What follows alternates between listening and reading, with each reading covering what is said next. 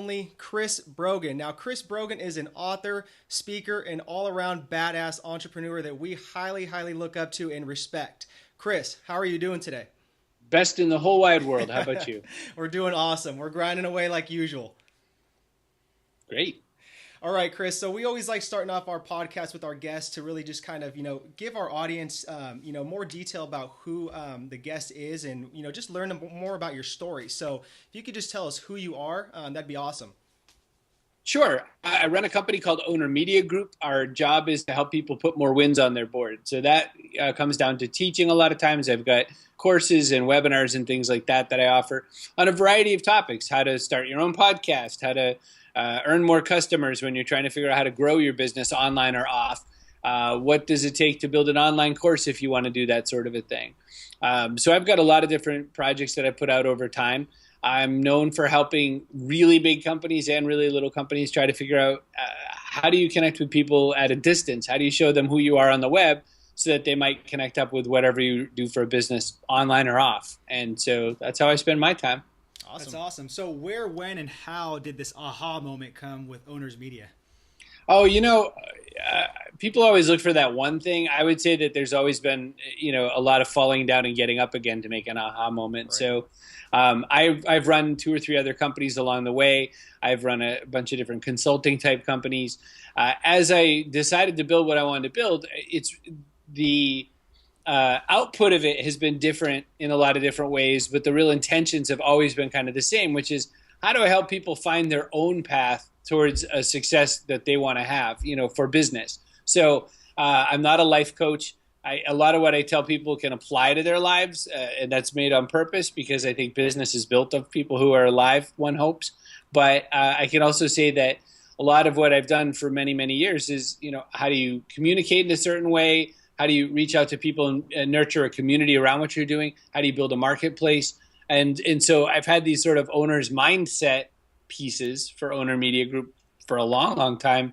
And I've just tucked them into different parts of the business as I've gone. So if someone said to me, we want you to do a content project where, for instance, I worked with Sony USA and a bunch of dads on how do you do cool content with dads and kids using their products, I would tuck in my ideas for how I wanted the world to look, even though it was something as simple as let's take photos with these cool new digital cameras. Right. Gotcha. Awesome. Okay. So we know you've been, around the game for a while, being an entrepreneur, very successful as well. So can you tell us what is it that you enjoy most about being an entrepreneur?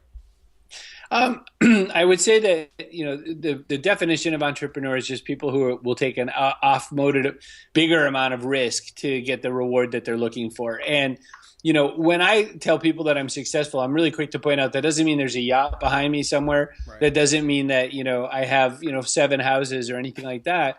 My choice of definition of success is that I can say no to the stuff I want to say no to. So I've built my entire business and my life around the kind of work that I really want to do. So with the benefit of being the entrepreneurial mind that I am and what I do is that I can take different paths to different things. So the opposite of an entrepreneur in a lot of times it would be something like more like a franchise. Because a franchise, you've got to do exactly what the book says. If you buy a Subway, you can't not bake the bread fresh every single day because that's what they say you got to do in the Subway rules, right? So I like that I can come up with a new method every single day. And, maybe today we're not baking bread. We're only going to do, lettuce wrap sandwiches. So that's what I think the best part about being an entrepreneur. Love it. And I just want to just kind of add on to that question. What do you think is the number one downfall that, inspiring, entrepreneurs are doing right now? That's just, what's one mistake that they're doing? Oh, I could tell you easily. They're all working 16-hour days trying to hustle and grind and spending, 13 of those hours on really weird things that don't make sense to me. Yeah. So people are always accidentally equating hard work with lots of hours. And, that'd be like going to the gym and say, man, I benched for 4.5 hours today. Right. Can you imagine any single person telling you that? You'd be like, what did you do? How did you bench for How 4 did you do that? Right. You need to stay healthy. Yeah. How's there not just like a divot in your head by this point? Yeah, exactly. So to me, that's the number one thing entrepreneurs do that's a little weird is they seem to pump their own chest and say, I worked a lot of hours. Yeah, gotcha. No, that's a great point. Love it. Yeah, so if you could travel back 20 years and there's 3 things that you've learned over these 20 years and you can tell yourself today, what would those 3 things be? If I traveled back 20 years, I could be at your birth. What would I tell myself from 20 years ago? I would say, I'm doing all the stuff I wanted to do, and I'm doing all the stuff that I knew I could do. And I guess 20 years back, I wish that I would have believed even a little bit more than I did. I've believed in myself since I was 5. I have parents that have filled me with my delusions of grandeur ever since I was born. And so I guess I would have just said, you really can make this true. Because every path that I've ever gone on that was a diversion was either me trying to please somebody else or me trying to do what I thought I had to do to fit in. And as I learned I didn't have to fit in as long as I was really helpful to other people, right. That's where it really serves the world. Yeah, that's awesome. Nice. Yeah, I love how you just put that. So Chris and I, this is the other Chris. Yeah.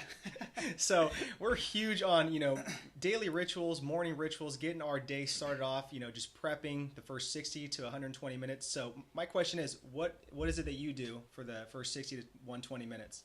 So it's funny because I used to prep myself in the morning, and the guy Rob Hatch, who runs his business with me, Rob is a prep the night before kind of guy. And we've argued about this for years, and I finally started doing it his damn way.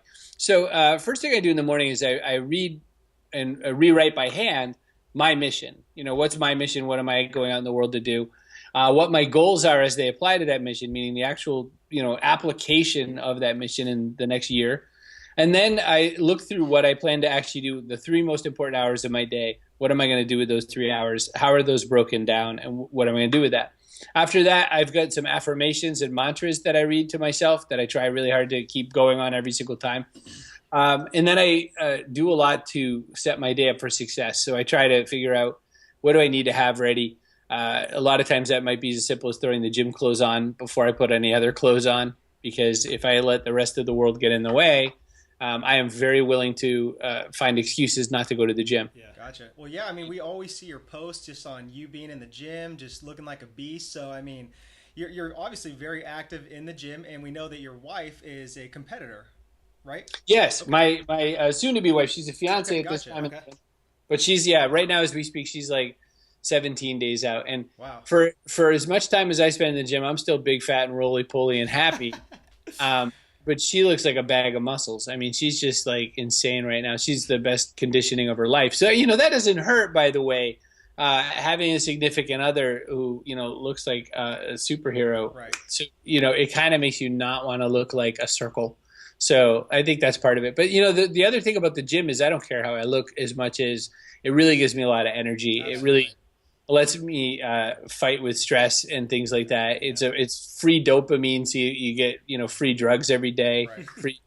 So I think it's. I'm always amazed how many people allow that to fall off the wagon when they get really busy, right. And then for the few lucky of us who go, oh my gosh, I'm back on. I forgot what this meant to me.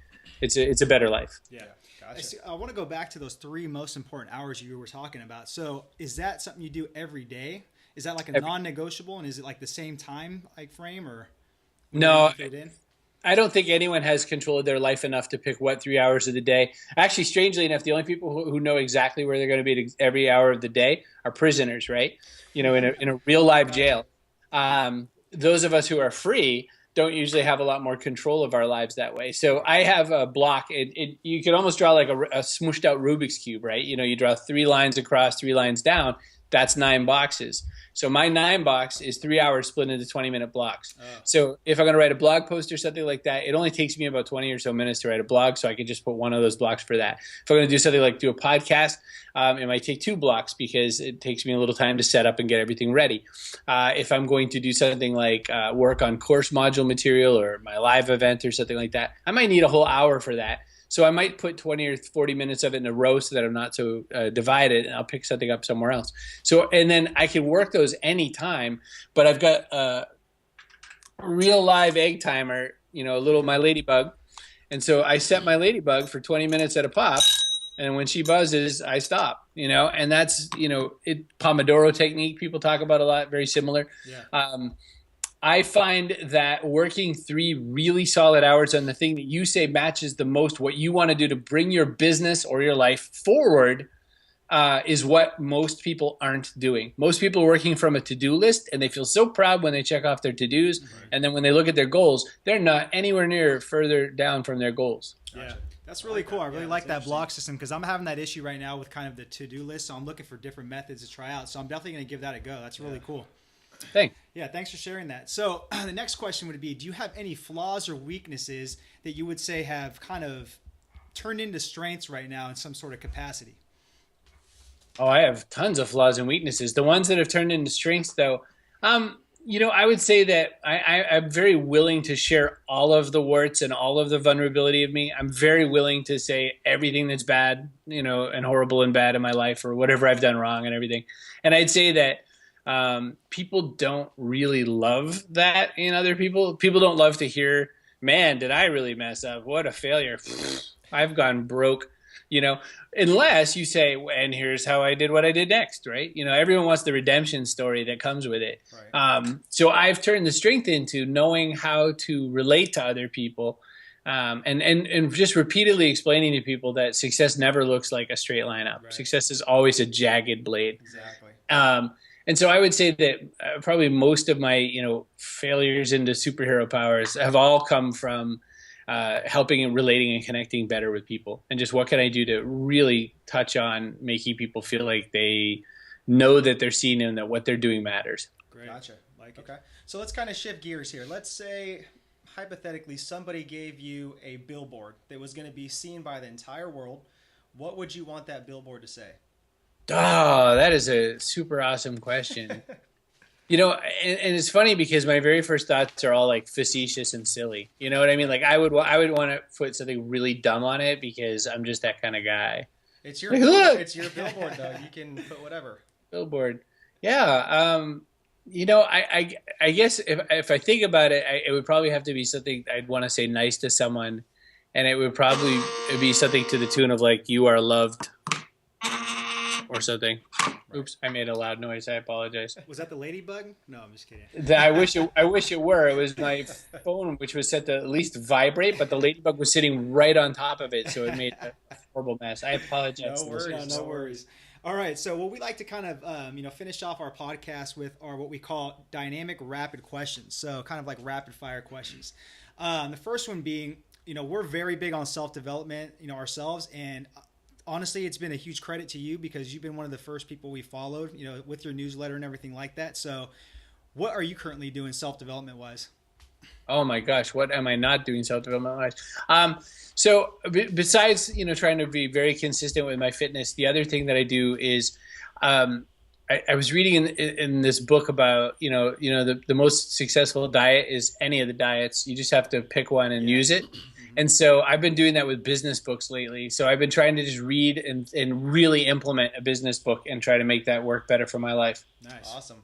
Okay, so if you had the chance to have dinner with one person, this person could be dead or alive, who would that person be and why? Richard Branson. Branson, because I think that when I read his book, Business Strip Bare, I think he and I see eye to eye on a lot of different things about how he set up his business.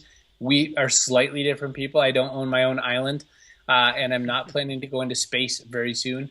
And I do not run 400 plus companies, but I think he's a pretty smart guy, and I'd probably learn a lot from him. Awesome. That's a good choice. Yeah.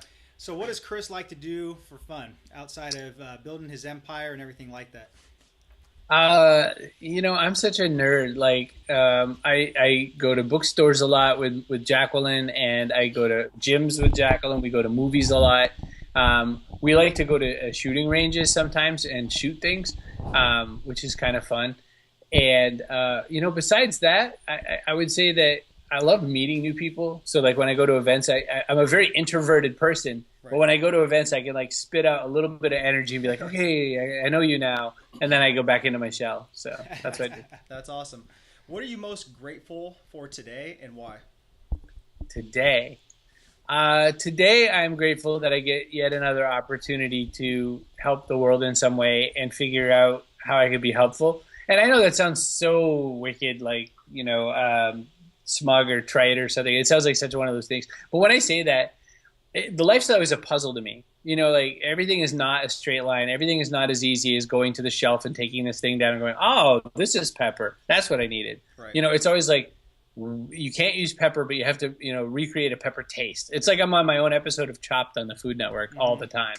And I'm thinking, how do I find a way? So when I think of how do I help people, someone will say to me, there's a guy who runs a holistic veterinary practice. So he's like, touchy-feely vet instead of a drugs type of vet. And I'm like, oh my gosh. He's like, how do I get more business without booking more hours? So that's a fun project to me. So every day the answer is, how do I help some other owner figure out how to make their business work better? Nice. Love it. All right. And that leads us into our final question. So what does living a dynamic lifestyle mean to Chris Brogan? Yeah, I love that question, other Chris.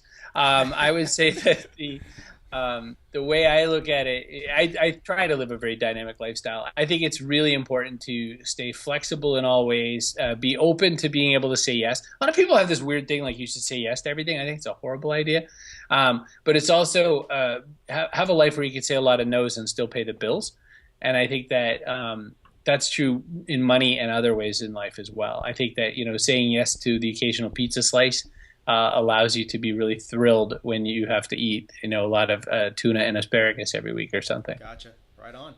All righty. So before we kind of just, end the podcast, Chris and I just wanted to acknowledge you, for a second and say thank you, for everything you're doing just as an entrepreneur, author, speaker. We're huge fans of you. We've actually, bought some of your courses. They've helped us immensely. We actually bought the podcast one and took action on a lot of the steps you recommended, and it's benefited immensely. So we just want to say thank you. Oh, Eric, I appreciate that. Thank you so much for saying that, and I'm really grateful that you and Chris were able to get something out of it. And just think about how great that is. It's a lot. It's even more fun than writing a book because it just means I get to connect with you on cool stuff like this and see you face to face on it. Yeah, nice, absolutely. Okay, so where can our listeners find you and your work? I always tell people to see what they get. Just Google Chris and see if you get me. I'm usually in the first handful of answers. But if that's like wicked pretentious, then just go chrisbrogan.com and you can start there. Okay, gotcha. Sounds good. Well, thanks so much, Chris. Really appreciate it. Thanks again, Chris. We'll talk soon. My pleasure, heroes. Okay. All right, take it easy.